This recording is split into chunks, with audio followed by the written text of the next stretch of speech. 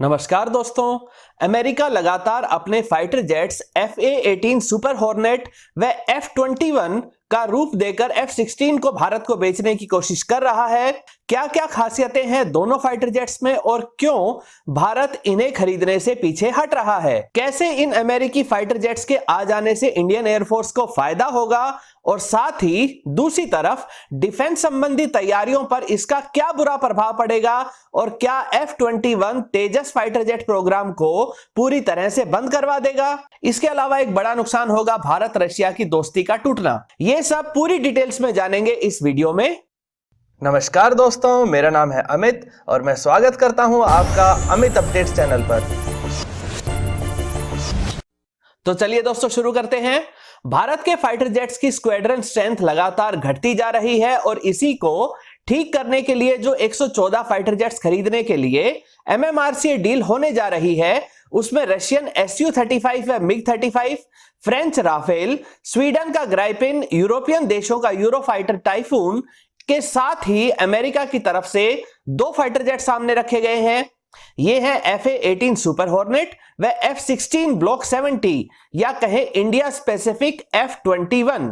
पहले बात कर लेते हैं F-21 व FA-18 सुपर हॉर्नेट की खासियतों की। इनमें क्या क्या टेक्नोलॉजी लगी है, इनकी परफॉर्मेंस कैसी है, कितने हथियार ये ले जा सकते हैं, इनकी रेंज कितनी है और इनकी स्पीड कितनी है। इसके बाद बात करेंगे कि अमेरिकी फाइटर जेट्स को लेने से भारत को क्या क्या खास फायदे रहेंगे और कौन कौन से नुकसान रहेंगे। पहले जान लेते हैं F-21 को। F-21 F-16 का ही ब्लॉक 70 या वाइपर वेरिएंट है, जिसमें कुछ इंडिया स्पेसिफिक बदलाव किए गए हैं।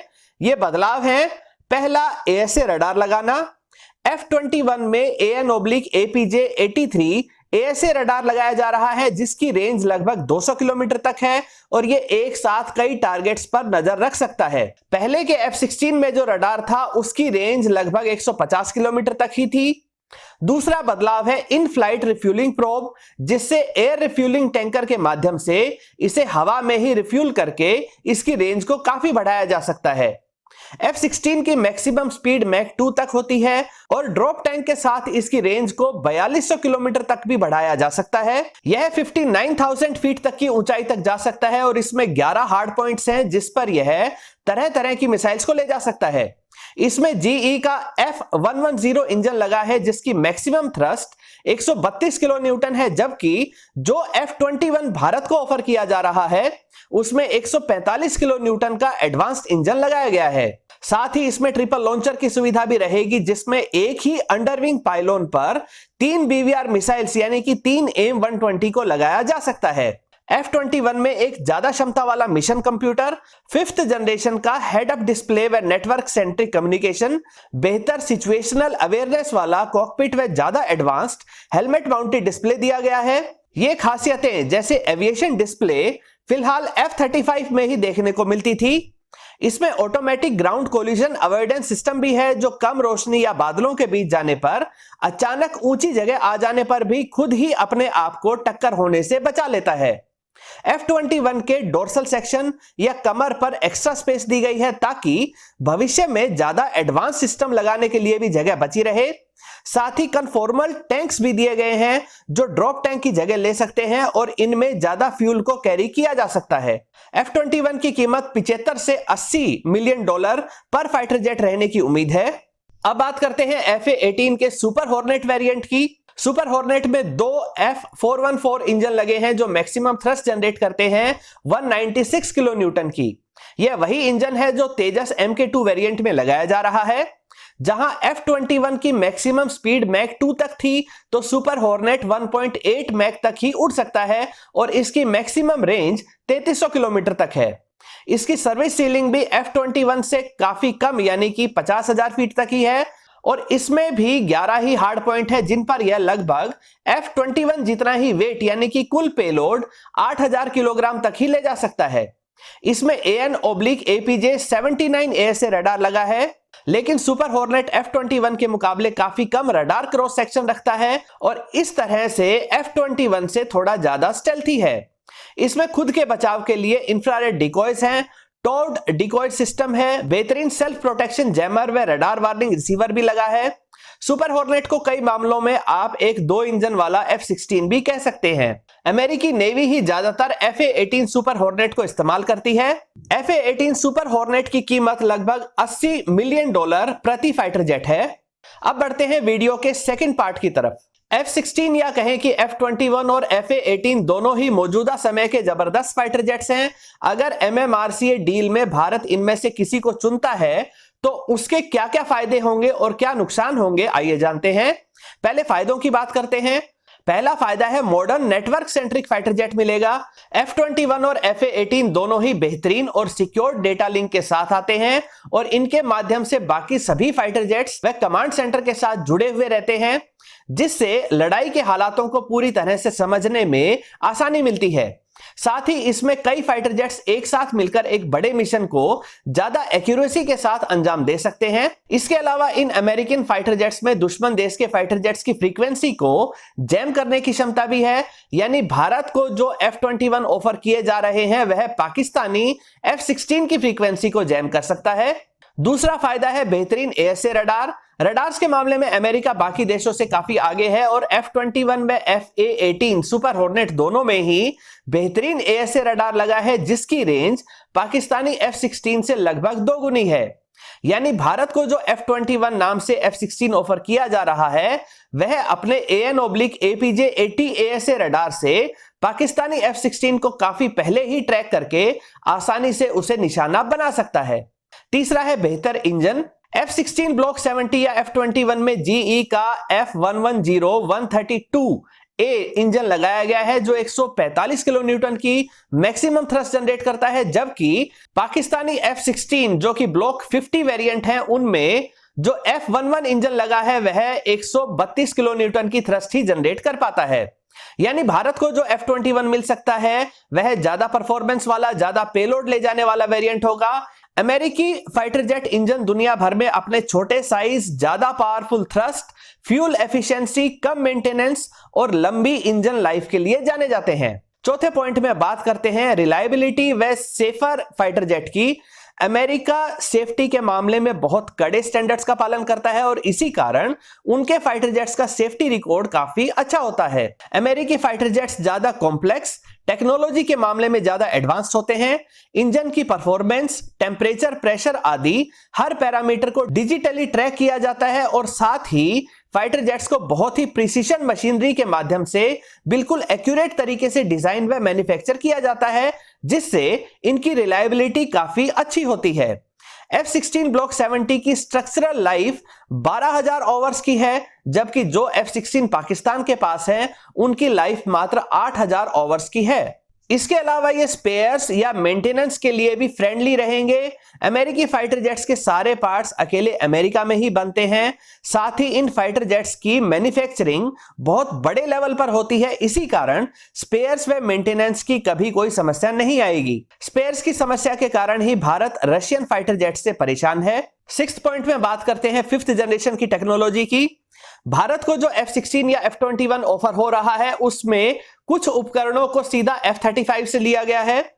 इसमें कॉकपिट और जो हेलमेट माउंटेड डिस्प्ले लगाए गए हैं वो काफी एडवांस्ड हैं और इसमें सिक्योर्ड नेटवर्क डेटा लिंक जैसी कुछ टेक्नोलॉजीज ऐसी हैं जो F-35 से ली गई हैं। अगले पॉइंट में बात करते हैं इकोसिस्टम डेवलपमेंट का। अगर F-16 की असेंबली लाइन भारत में शिफ्ट होती है तो दुनिया भर के F-16 के लिए स्पेयर पार्ट्स यहीं से जाएंगे।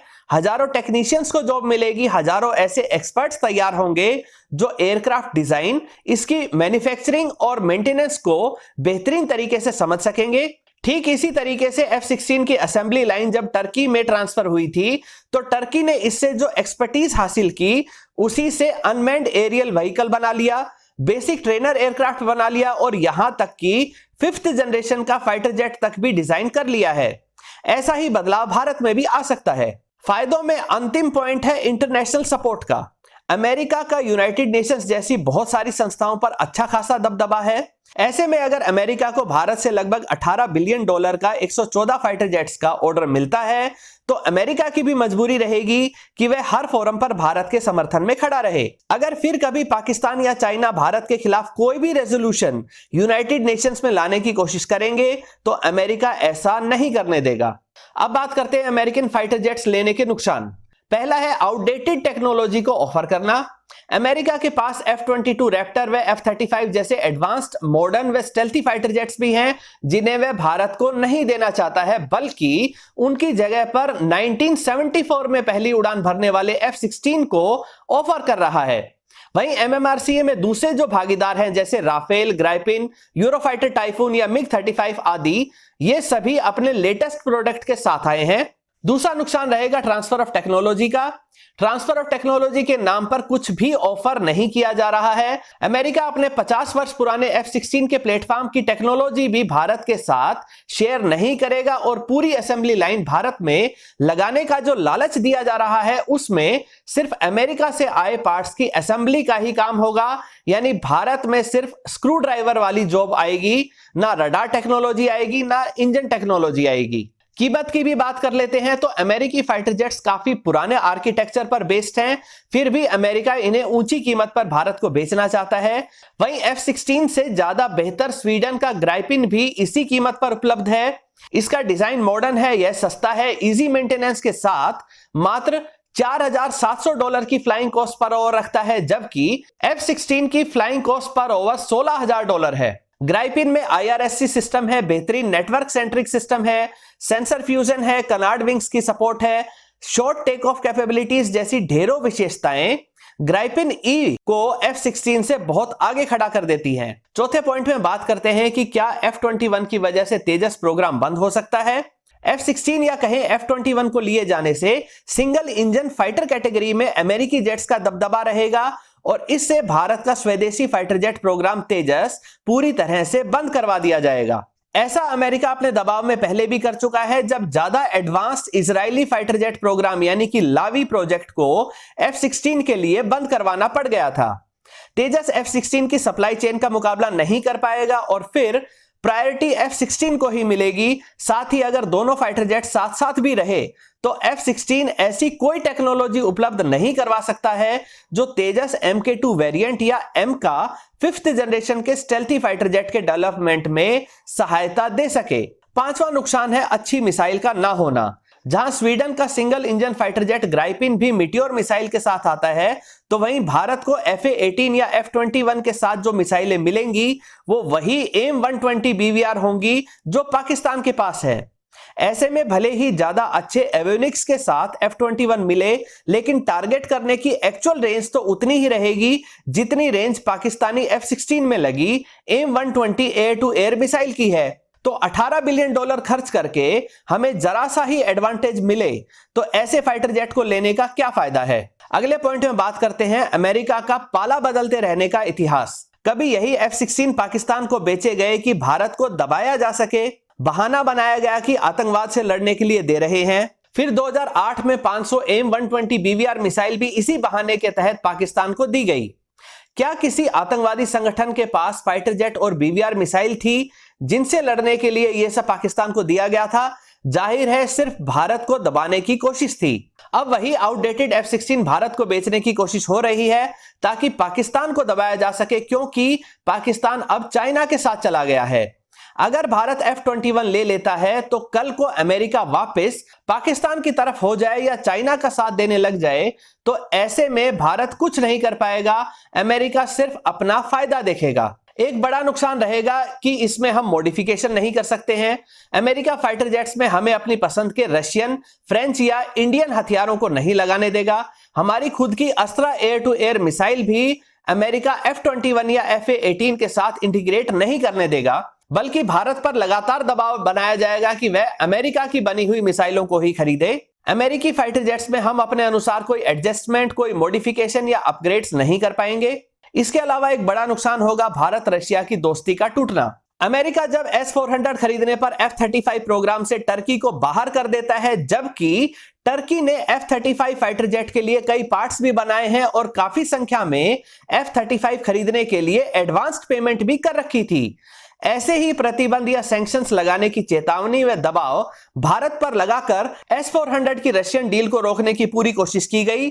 जब $18 बिलियन के 114 अमेरिकी फाइटर जेट्स हमारे पास होंगे तो अमेरिका इसके स्पेयर्स की सप्लाई रोककर कभी भी अपनी बात मनवा लेगा और हर तरह के हथियार सिर्फ अमेरिका से ही खरीदने को मजबूर कर देगा। एक बड़ा नुकसान भारत को रहेगा अंतर्राष्ट्रीय रिलेशंस में दखलंदाजी का। अमेरिका एक सुपर पावर है और उसकी किसी न किसी देश के साथ लड़ाई चलती रहती है।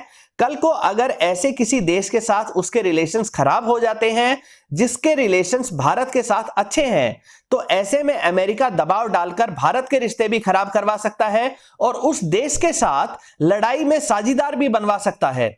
भारत को इंटरनेशनल लेवल पर अमेरिका की हां में हां मिलानी पड़ेगी, नहीं तो कई तरीके से परेशान किया जाएगा। 1998 में अमेरिकी F404 इंजन की सप्लाई रोककर तेजस प्रोग्राम को 10 वर्ष पीछे धकेल दिया गया था। वर्क परमिट की शर्तों को बदलकर भारत की सॉफ्टवेयर कंपनीज को अमेरिका से कारोबार करने से रोक सकता है। हाल ही में आपने देखा कि चाइना के साथ ट्रेड संबंधी टेंशन के कारण चाइनीज प्रोडक्ट्स पर बहुत ज्यादा टैक्सेस लगा दिए गए। कल को अमेरिका व चाइना लड़ाई कर लेते हैं तो बिना वजह भारत को भी अमेरिका इस लड़ाई में शामिल होने को मजबूर कर सकेगा। 1999 में पाकिस्तान के साथ लड़ाई होने पर अमेरिका ने ना सिर्फ जीपीएस कोऑर्डिनेट्स देने से मना कर दिया था, बल्कि साथ ही उन हथियारों के स्पेयर पार्ट्स की सप्लाई भी रोक दी थी जो हमने अमेरिका से ही खरीदे हुए थे। इसके अलावा एक और नुकसान रहेगा ह्यूज इंफ्रास्ट्रक्चर कॉस्ट का।